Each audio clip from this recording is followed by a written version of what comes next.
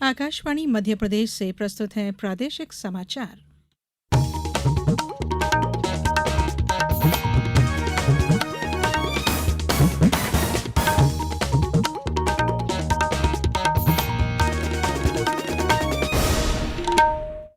नमस्कार, समाचारों के साथ मैं धारणा सचदेव। सबसे पहले इस बुलेटिन के मुख्य समाचार। ग्वालियर रीजनल इंडस्ट्री कॉन्क्लेव में 8,000 करोड़ से अधिक के मिले निवेश प्रस्ताव। प्रदेश के 20 शहरों सहित 234 शहरों में निजी एफएम चैनलों की ई नीलामी को दी केंद्रीय मंत्रिमंडल ने स्वीकृति। प्रधानमंत्री जनधन योजना को 10 वर्ष हुए पूरे, प्रधानमंत्री और मुख्यमंत्री ने दी बधाई। और पेरिस में आज से पैरालंपिक की होगी शुरुआत, भारत का 84 सदस्यीय दल होगा शामिल। अब समाचार विस्तार से। ग्वालियर में आज रीजनल इंडस्ट्री कॉन्क्लेव में 8,000 करोड़ रुपए से अधिक के निवेश प्रस्ताव प्राप्त हुए, जिससे करीब 35,000 रोजगार के अवसर सृजित होंगे। कॉन्क्लेव में अडानी समूह द्वारा 3,500 करोड़ के गुना और शिवपुरी में प्रोजेक्ट, रिलायंस समूह सहित अन्य बड़े उद्योगपतियों से निवेश के प्रस्ताव प्राप्त हुए हैं। इस अवसर पर मुख्यमंत्री डॉ मोहन यादव ने 6 स्थानों पर 28 इकाइयों का लोकार्पण और भूमि पूजन किया। कॉन्क्लेव में 120 इकाइयों को आशय पत्र जारी कर 268 एकड़ भूमि आवंटित किए जाने को स्वीकृति मिली। इसके अलावा सूक्ष्म, लघु और मध्यम विभाग के तहत 19 इकाइयों के लोकार्पण और भूमि पूजन भी किए गए। मुझे इस बात की प्रसन्नता है, लगातार जिस प्रकार से माहौल बना हुआ है, आज में हमने इसी स्थान पर रीजनल इंडस्ट्री कॉन्क्लेव 2024 में क्षेत्रीय कार्यालयों पर 28 इकाइयों का लोकार्पण भूमि पूजन किया, जिसमें 1,321 करोड़ का पूंजी निवेश और लगभग 4,000 लोगों को रोजगार मिलेगा। और इसी इंडस्ट्री कॉन्क्लेव में 120 इकाइयों के आशय पत्र जारी किए, जिसमें 268 एकड़ भूमि का आवंटन किया गया, जिसमें लगभग 1,700 करोड़ का निवेश और 7,000 लोगों को रोजगार प्रस्तावित रहेगा। एमएसएमई की लगभग 19 इकाइयों के लोकार्पण भूमि पूजन का 265 करोड़ से अधिक का निवेश भी किया, जिसमें लगभग 1,000 से अधिक लोगों को रोजगार मिलेगा। इस अवसर पर मुख्यमंत्री ने मुरैना के औद्योगिक क्षेत्र सीतापुर और बामौर में फायर स्टेशन की स्थापना करने की घोषणा की। उन्होंने 4 नए औद्योगिक पार्क ग्वालियर, शिवपुरी, गुना और मुरैना जिले में बनाए जाने की घोषणा की। राजमाता विजयाराजे सिंधिया कृषि विश्वविद्यालय में आयोजित कॉन्क्लेव में देश और दुनिया भर के औद्योगिक प्रतिनिधि और निवेशकों ने हिस्सा लिया। मुख्यमंत्री डॉ यादव ने निवेशकों के साथ महत्वपूर्ण 1-to-1 चर्चा भी की। इस अवसर पर केंद्रीय मंत्री ज्योतिरादित्य सिंधिया ने मुख्यमंत्री को धन्यवाद देते हुए कहा कि ग्वालियर अंचल इतिहास से ही एक औद्योगिक केंद्र रहा है और मुख्यमंत्री डॉ यादव ने ग्वालियर को फिर से उस शिखर पर पहुंचाने का संकल्प लिया है। केंद्रीय मंत्रिमंडल ने 234 नए शहरों में 730 निजी एफएम चैनलों की ई नीलामी कराने का प्रस्ताव स्वीकार कर लिया है। इस फैसले से मातृभाषा में स्थानीय सामग्री के प्रसारण को बढ़ावा मिलेगा और रोजगार के नए अवसर पैदा होंगे। सूचना और प्रसारण मंत्री अश्विनी वैष्णव ने बताया कि उत्तर प्रदेश में 32, आंध्र प्रदेश में 22, मध्य प्रदेश में 20 नए निजी एफएम चैनलों की नीलामी की जाएगी। स्वीकृत जिलों में कई आकांक्षी जिले हैं और कुछ वामपंथी उग्रवाद से प्रभावित हैं। एफएम चैनल के माध्यम से इन क्षेत्रों में सरकारी कार्यक्रमों की पहुंच बढ़ेगी और रोजगार के नए अवसर पैदा होंगे। मंत्रिमंडल ने राष्ट्रीय औद्योगिक गलियारा विकास कार्यक्रम के तहत 12 नए ग्रीन फील्ड औद्योगिक स्मार्ट शहरों को मंजूरी दे दी है। इनमें संयुक्त अनुमानित निवेश 28,602 करोड़ रुपए होगा और 10 लाख प्रत्यक्ष और 10 लाख तक अप्रत्यक्ष रोजगार सृजित होंगे।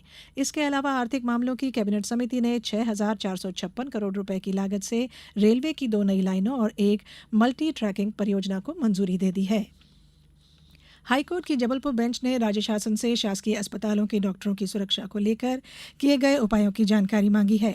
कार्यवाहक मुख्य न्यायाधीश संजीव सचदेवा और न्यायमूर्ति विनय सराफ की युगल पीठ ने शासकीय अधिवक्ता को राज्य शासन से निर्देश हासिल कर जवाब की प्रस्तुति की जिम्मेदारी सौंपी है। सुनवाई के दौरान मध्य प्रदेश डॉक्टर एसोसिएशन की ओर से अपनी 10 सूत्रीय मांगों की सूची पेश की गई। प्रकरण की अगली सुनवाई 2 सप्ताह बाद होगी। राष्ट्रपति द्रौपदी मुर्मू ने आज कहा कि कोलकाता में एक डॉक्टर के साथ जघन्य दुष्कर्म और उसकी हत्या की घटना से पूरा देश सदमे में है और समय आ गया है कि सब लोग मिलकर कहें कि अब और बर्दाश्त नहीं होगा। उन्होंने कहा कि हाल में महिलाओं के खिलाफ जिस तरह अपराध बढ़े हैं, उनसे हमें आत्ममंथन करने की जरूरत है कि इस बुराई की जड़ों का पता लगाया जाए। राष्ट्रपति ने अपने सोशल मीडिया मंच पर साझा किए गए एक बयान में यह बात कही। उन्होंने कहा कि इस घटना की जानकारी मिलने पर वे निराश और स्तब्ध हैं। ये समाचार आप आकाशवाणी भोपाल से सुन रहे हैं। हमारे समाचारों को अब आप कभी भी और कहीं भी अपनी सुविधा के अनुसार सुन सकते हैं। ये समाचार बुलेटिन यूट्यूब, फेसबुक और एक्स प्लेटफॉर्म पर AIR न्यूज भोपाल पेज पर सुने जा सकते हैं। इसके अलावा आप हमारी वेबसाइट newsonair.gov.in पर या न्यूज ऑन AIR ऐप पर भी समाचार सुन सकते हैं। समाचारों में एक बार फिर आप सभी का स्वागत है। प्रधानमंत्री जनधन योजना ने आज 10 साल पूरे कर लिए हैं।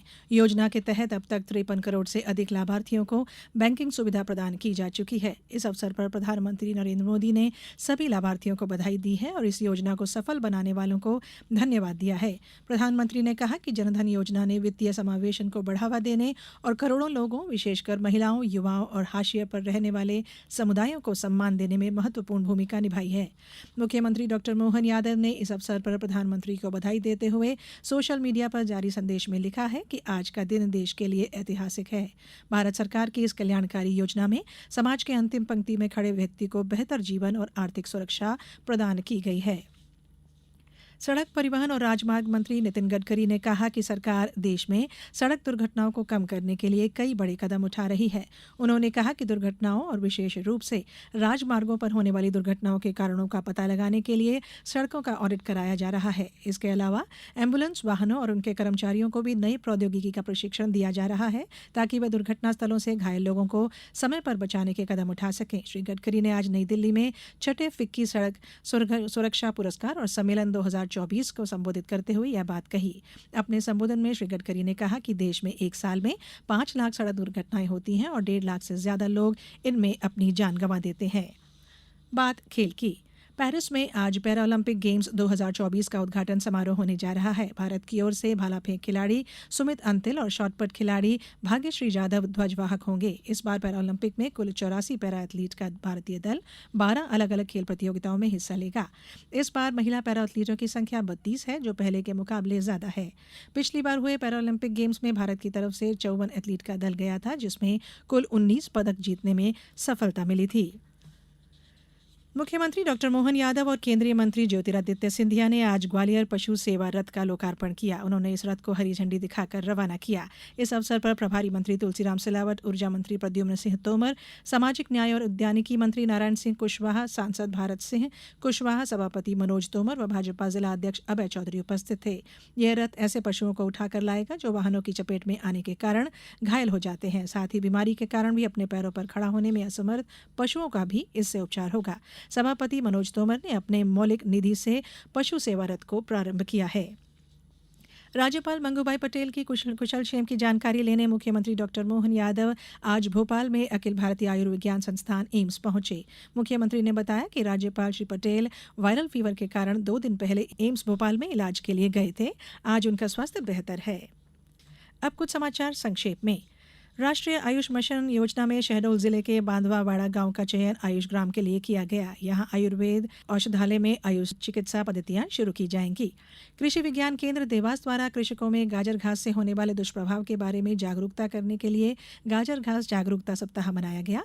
इस दौरान कृषक संगोष्ठी, प्रशिक्षण और कृषक प्रक्षेत्र पर गाजर घास उन्मूलन संबंधी गतिविधियां की गई।